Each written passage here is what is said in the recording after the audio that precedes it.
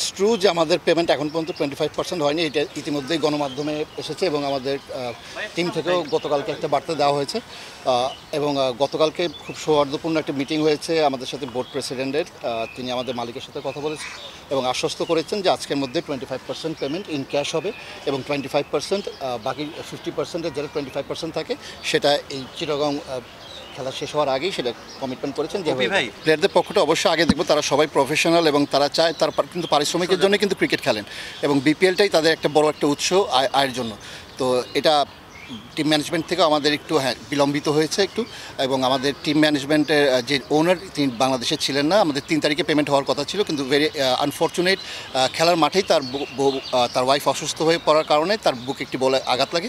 তো তিনি দেশের বাইরে চলে যাওয়ার কারণে পেমেন্টটা বিলম্বিত হয়েছে এবং গতকালকে পর্যন্ত আমাদের যে কথাবার্তা হয়েছে খুব সুন্দর মিটিং হয়েছে এবং তিনি আশ্বস্ত করেছেন যে আজকের মধ্যে পেমেন্টটা হয়ে যাবে 25%।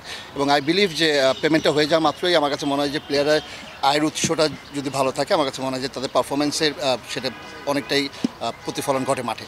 তো ইনশাল্লাহ আমরা দেখতে পাবো যে আমাদের প্লেয়াররা ভালোই খেলবে ইনশাল্লাহ, এবং পেমেন্ট নিয়ে তারা কোনো আপসেট হবে না এবং আগামীতে ইনশাল্লাহ আমাদের পথ চলাটা যাতে সুন্দর হয় সেভাবে ব্যবস্থা নিচ্ছেন। না, কিট ব্যাগের ইস্যুটা হচ্ছে যে আমরা অর্ডার করেছিলাম ইন্ডিয়া থেকে, কিন্তু ভেরি আপসেট যে ইন্ডিয়া থেকে আমাদের যখন কিটসগুলো যখন আসে তখন হেলমেট এবং প্যাড এবং গ্লাভসটাই এসেছিল, কিন্তু কিট ব্যাগটা আনা হয়নি বিকজ একটা বড় একটা ওয়েটের একটা কারণে সেখানে ছিল এবং সেখানে ইমিগ্রেশন থেকে সেটা ছাড়পত্রও পাইনি, এই কারণে আমরা আনতে পারিনি। অন্যান্য টিম তো আনতে পেরেছে, অন্যান্য টিমরা হয়তো তারা প্রসিডিউরটা অনেক আগে থেকে শুরু করেছিল, কিন্তু আমরা এটাও ইটস ট্রু যে আমরা অনেকটাই বিলম্বিত করেছিলাম। একদম যখনই ঘনিয়ে আসে আপনার বিপিএল তখনই আমরা অর্ডারগুলো করেছিলাম, এই কারণে বিলম্বিত হয়। অফকোর্স আমার কাছে মনে হয় যে আরেকটু গোছানো হলে আরও সুন্দর দেখাতো, কিন্তু আমাদের জন্য আমার মনে হয় যে এটা একটা শিক্ষণীয় ব্যাপার ছিল। আমাদের টিমটা নতুন ফ্রাঞ্চাইজি এবং আশা করি যে আমাদের এই যেটা হয়েছে এটা অন্যান্য টিমরাও দেখেছে এবং সবাই সতর্ক হবে এবং আগামীতে যাতে এই সমস্ত কাজগুলো সুসম্পন্নভাবে হয় অবশ্যই সজাগ দৃষ্টি রাখা উচিত সকলে।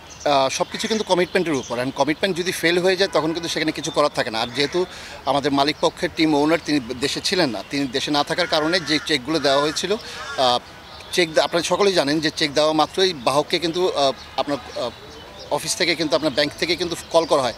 সেখানে তিনি দেশে ছিলেন না, কল করলে সেখানে খুব একটা বেশি লাভবান হতো না। মালিক পক্ষের কমিটমেন্ট ছিল যে আমরা 14 তারিখের মধ্যে কমপ্লিট করতে পারবো। তো প্রথমে 3 তারিখে ছিল, কিন্তু 3 তারিখে অনাকাঙ্ক্ষিত ঘটনাটি ঘটে যাওয়ার কারণে আপনার তার স্ত্রীর গায়ে বুকে একটি বল আঘাত লাগার কারণে সেটা মিরপুর মাঠেই হয়েছিল। তো তিনি দেশের বাইরে গিয়েছিলেন ট্রিটমেন্টের জন্য, আর ঠিক সেই সময় চেকগুলোকে প্লেয়ারদের হাতে তুলে দেওয়া হয়েছিল। তো প্লেয়াররা যখন ড্রপ করে তখন ডিসঅনার হওয়ার কারণই ছিল যে তিনি দেশে ছিলেন না, তাকে কল করে পাওয়া যায়নি ব্যাংকের থেকে। তো এটাই ছিল মূল উদ্দেশ্য, কিন্তু এমন নয় যে এটা ইচ্ছাকৃতভাবে করা হয়েছে, বিলম্বিত করা হয়েছে ইচ্ছাকৃতভাবে, সেটা এমন ঘটনাটা এমন নয়। প্লেয়ারে দেখুন বিপিএল কিন্তু তাদের বড় একটা আয়ের উৎস, এবং যখন না থাকবে তখন অনেকটাই কিন্তু মান অভিমান কিন্তু অনেক কিছু চলে আসে। তো সেখান থেকে আমার কাছে মনে হয় যে প্লেয়াররা এই সিদ্ধান্তটি নিয়েছিলেন, কিন্তু তারপরেও আমরা তাদেরকে বিশ্রামের জন্যই বলেছিলাম যে না, বিশ্রাম নেওয়ার জন্য। কিন্তু তার পরের দিকে আমার কাছে মনে হয় যেটা হয়েছে আমরাও চাইনি, কিন্তু বাট এখন সুন্দরভাবে গুছানো হয়েছে। আমি বিশ্বাস করি যে যেভাবে গতকালকে রাত্রেবেলা বোর্ড প্রেসিডেন্টের সাথে আমাদের মিটিং হয়েছে এবং টিম ওনারের সাথে মিটিং হয়েছে, তো সেখানে আশ্বস্ত করেছেন যে আজকের মধ্যে ইনশাল্লাহ সব কমপ্লিট। টিম ওনার কি আজকে আসবে?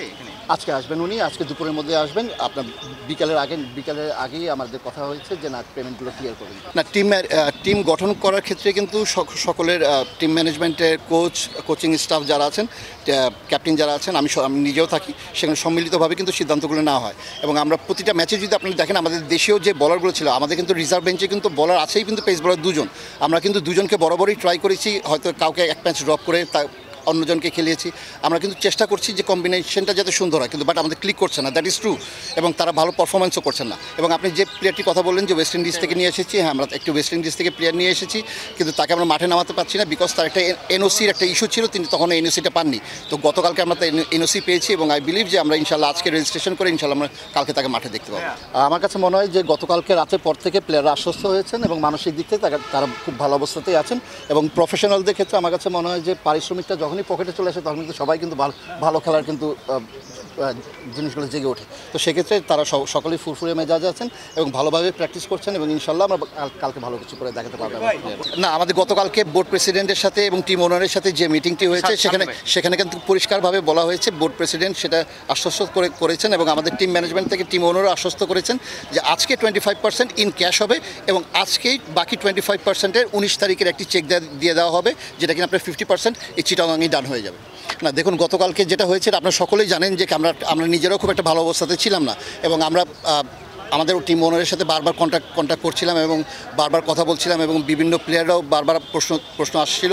আপনাদের এমন নয় যে আপনাদেরকে অ্যাভয়েড করেছে, বিলিভ মি, আমরা ইচ্ছাকৃতভাবে সেটা করিনি, এবং আমরা চাইছিলাম এবং বোর্ড প্রেসিডেন্টের সাথে কথা বলি যাতে জিনিসটা সুন্দরভাবে মীমাংসিত হয়, তারপর আমরা মিডিয়ার সামনে আসবো। তো আমাদের উদ্দেশ্য ছিল এটাই, কিন্তু আপনাদের এমন নয় যে আপনাদেরকে অ্যাভয়েড করা, এরকমটা নয়। এবং আপনারা বাংলাদেশ ক্রিকেটের উন্নয়নের স্বার্থে আমার কাছে মনে হয় যে আপনারা যেভাবে নিরলসভাবে কাজ করে যাচ্ছেন, দ্যাট ওয়াজ অ্যামেজিং, এবং বিপিএলকে আরও সৌন্দর্য করার ক্ষেত্রে আপনাদের ভূমিকাটা অনেক অপরিসীম।